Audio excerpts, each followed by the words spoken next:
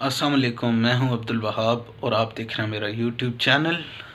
امید کرتا ہوں کہ آپ سارے دوست احباب سامعین خیر و عافیت کے ساتھ ہوں گے اور اپنی زندگی کو بھرپور طریقے سے انجوائے کر رہے ہوں گے۔ سامعین گرامی قدر،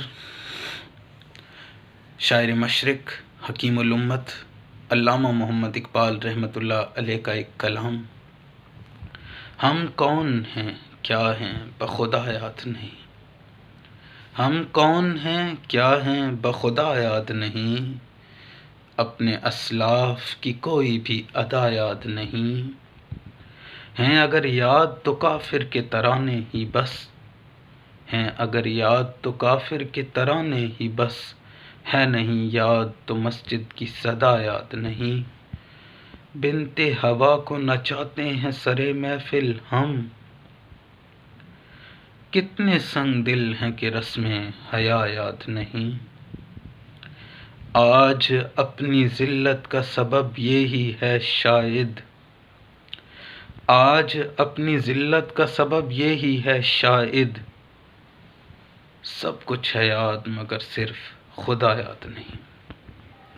سامعین گرامی قدر، اپنے آس پاس نگاہ دوڑائیں، اپنی زندگی کا اگر ہم مشاہدہ کریں تو علامہ کا آخری شعر ہمارے اوپر صادق آتا ہے کہ ہمیں واقعتاً نہ اپنی خوشیوں میں خدا یاد آتا ہے، نہ اپنے غموں کو ہم خدا کے بتائے ہوئے طریقوں کے مطابق گزارتے ہیں، تو پھر ذلت تو ہمارا یا رسوائی ہمارا یا زوال ہمارا تو مقدر ہونا ہی ہے۔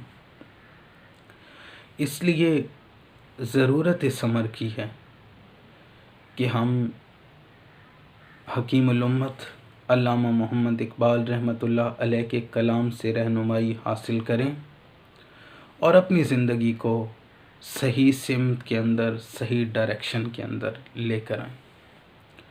آج جمعۃ المبارک ہے۔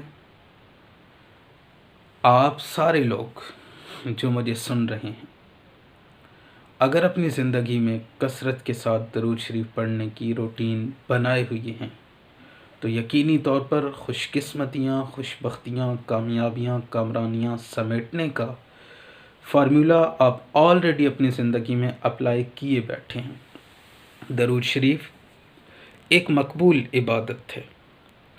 درود شریف پڑھتے ہوئے دونوں فرشتے حرکت میں آتے ہیں۔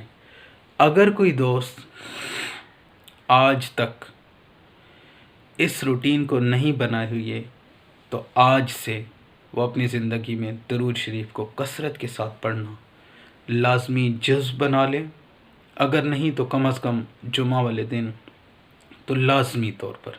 اس سے یقینی طور پر آپ کی زندگی کے اندر بہت سی برکتوں کا نزول ہوگا۔